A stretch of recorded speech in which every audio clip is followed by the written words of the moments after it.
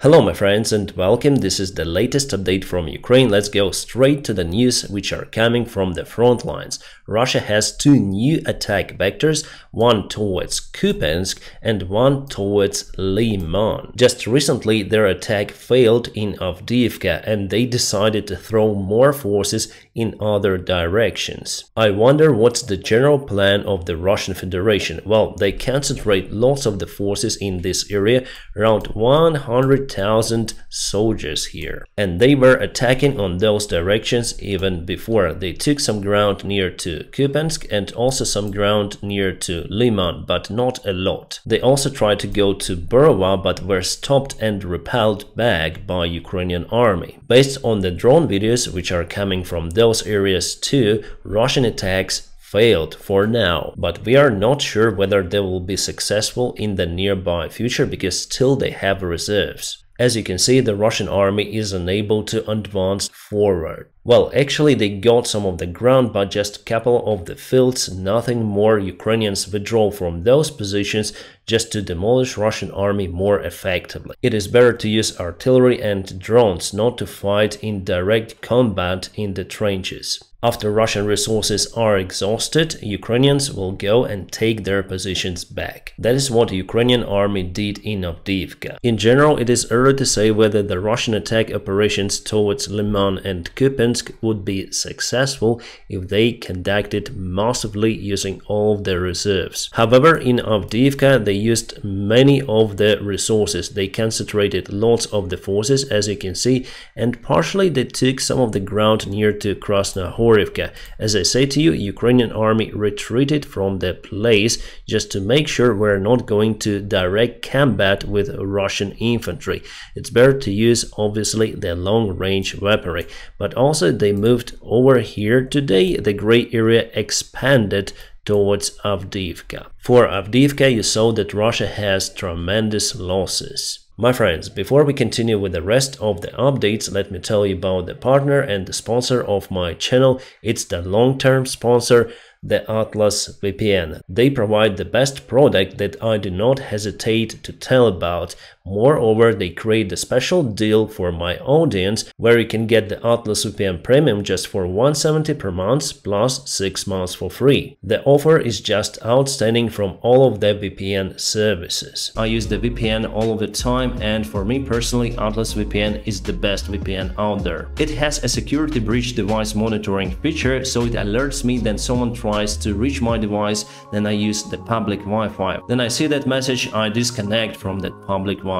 Atlas VPN is very fast. It guarantees you the best streaming connection, then you watch movies on Netflix. And also by changing your virtual location, you may get access to watch all of the movies, all of the series on Netflix platform. It helped me a lot. And now my friends, please check out my personal link in the video description just below or scan the QR code available on the screen where you can get the Atlas VPN Premium just for $170 per month, plus you'll have 6 months for free. I recommend the Atlas VPN for you as the best VPN on the market. So what are you waiting for? Hurry up and join the club. Unfortunately, we have the other place south from Avdiivka where Russia was successful. They also attack in many of the directions. They concentrate the forces, but it's hard to say whether those attacks are real with full force or just made to deflect the attention of Ukrainian defenders. So here, as you can see, they took some ground. But those are just the fields. Ukraine still controls all of those villages across the lakes and this river. The Russian media resources say that Shoigu got the order from Putin himself to occupy Donetsk till the end of this year. This is truly unrealistic scenario for the Russian army. For the last winter they were able to take Bakhmut and that's it. And only because of the Wagner forces. The Russian regular army is much less effective than Wagner. I just checked the latest information and according to it, Ukraine started a counterattack towards Liman Pershi and Masutivka villages in Kupiansk area. So before Russia tried tried to move to Kupiansk unsuccessfully.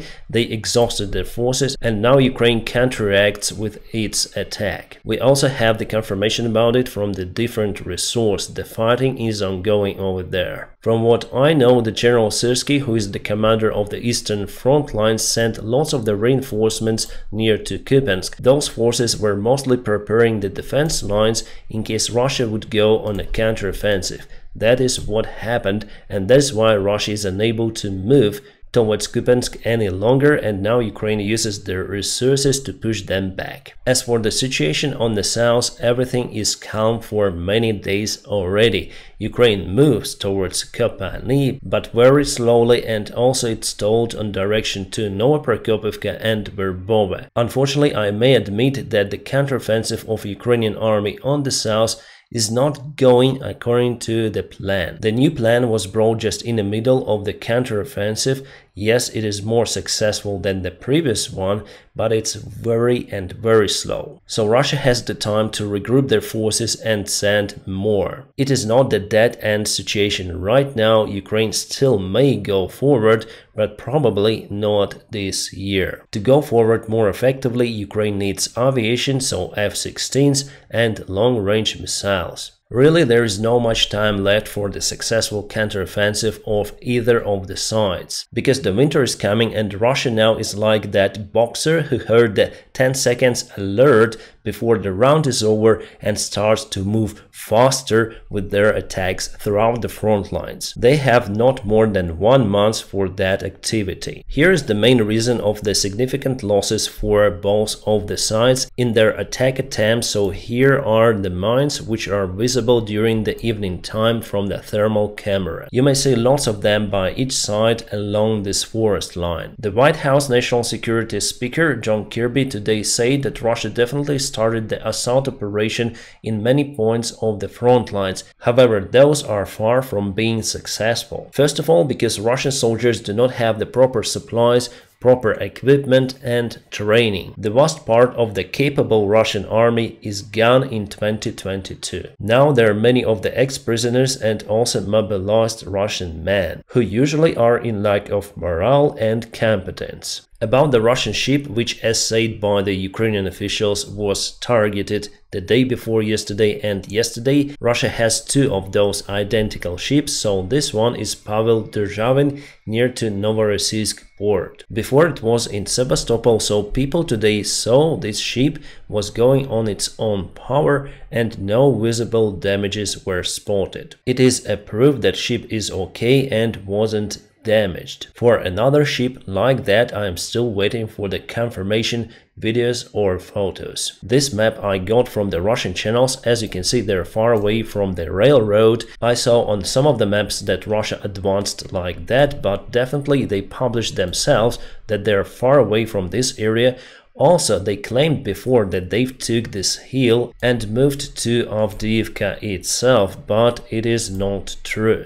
On my Telegram channel, I published the photo, the evidence that definitely Russians were over here, but were forced to retreat. The evidence is the Russian soldier who found his end over there. Sorry, I cannot publish that evidence on this platform, but you may always join my Telegram. Again, it shows the failure of this particular Russian attack on Avdiivka. What worries me that Russia has the record military budget next year. Also, somehow they managed to sign the deal with North Korea and Iran, so they will send more weaponry to Russia.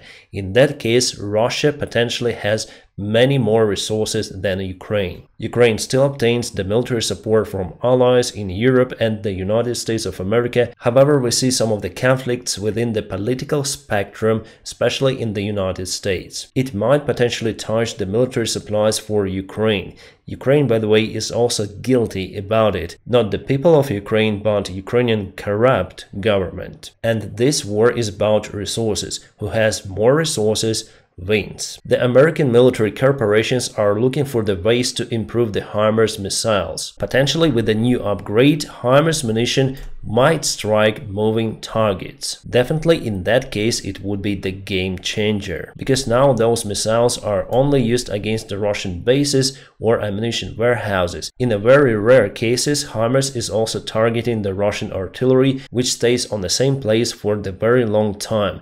To hit the tank with that missile, for now it's not possible, but it will be possible in the future. According to the information from the Political resource, and they quote Blinken, Azerbaijan may strike Armenia very soon. Azerbaijan has already established its control over so-called Nagorno-Karabakh territory, with many of the ethnical Armenians who, by the way, fled this territory. However, it is the internationally recognized part of Azerbaijan. That's why Azerbaijan is not under the sanctions or something, then it took its territory. However, here is one more part of Azerbaijan, so it may try to establish the control over the thin corridor which may potentially connect this part of the land with Azerbaijan mainland. In that case, it would be counted as the intervention into the other country, Armenia. So the State Secretary Blinken already warned Armenia about this possible scenario, which might happen in a few weeks. Guys, I have to say the brief information about